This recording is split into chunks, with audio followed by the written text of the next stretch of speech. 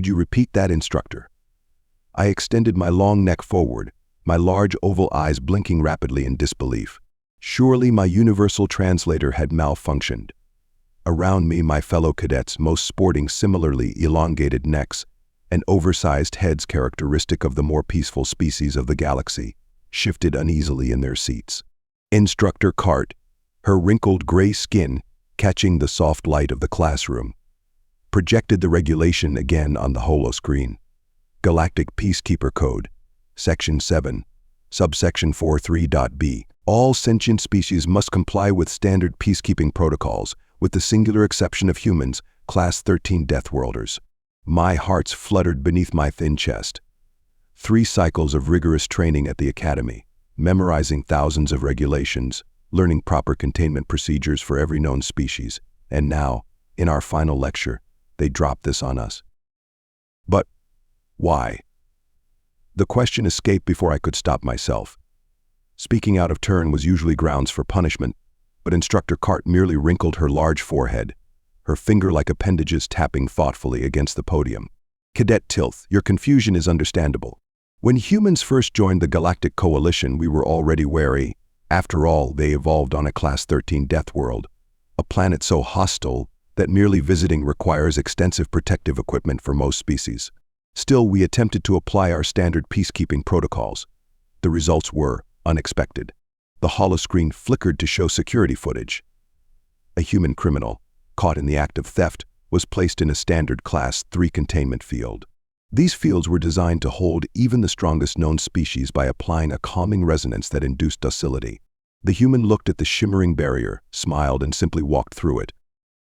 The footage showed the human's dense musculature evolved to combat their homeworld's crushing gravity, barely straining as they passed through a field that should have immobilized a small shuttle. We upgraded to Class 4, Instructor Clarke continued, her enormous eyes dilating with remembered concern. The Deathworlder took a nap inside it, claiming the resonance was better than their planet's whale songs. More footage played. Class 5 Containment. The human used the field's energy to charge their primitive communication device. Class 6, they somehow converted the field into what they called a disco ball and hosted an impromptu dance party with other detained species, their powerful Deathworld physiology completely unaffected by the containment protocols. Class 7? Someone whispered behind me, their voice trembling. They made tea with it, Instructor Clarke replied, her long fingers massaging her temple. Something about the energy signature being perfect for brewing Earl Grey. We should have known better. Any species that evolves on a planet with such high concentrations of dihydrogen monoxide would naturally be resistant to our containment methods. My needle-thin fingers tapped rapidly against my datapad as I processed this information. So we just let them do whatever they want.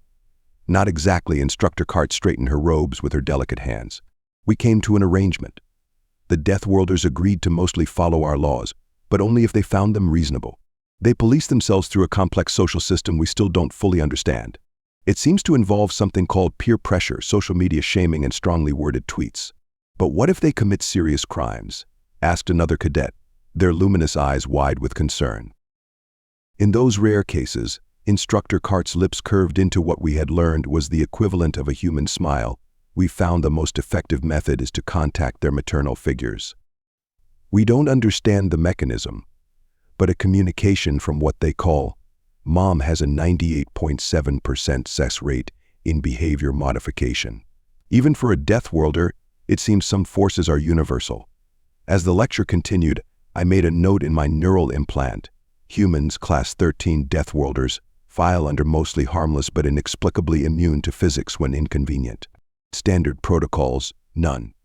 Recommended action, be polite, document everything for the archives, and if all else fails, call their mother. Somehow I had a feeling this wouldn't be on our final exam. Some things in the galaxy simply defied conventional explanation, and humans, it seemed, had made an art form of it. The strangest part, according to the addendum, they were absolutely delighted by this official exception. They had even thrown a party to celebrate being classified as that weird Deathworld species that doesn't make sense. They called it a compliment. I would never understand humans. But then again, that was probably the point. Thank you so much for listening to this story. I hope you enjoyed it. Be sure to leave it a like and to subscribe if you'd like to see more. Feel free to comment and share it as well. With all that said, go on and check out the video in the top left. I think you might like it.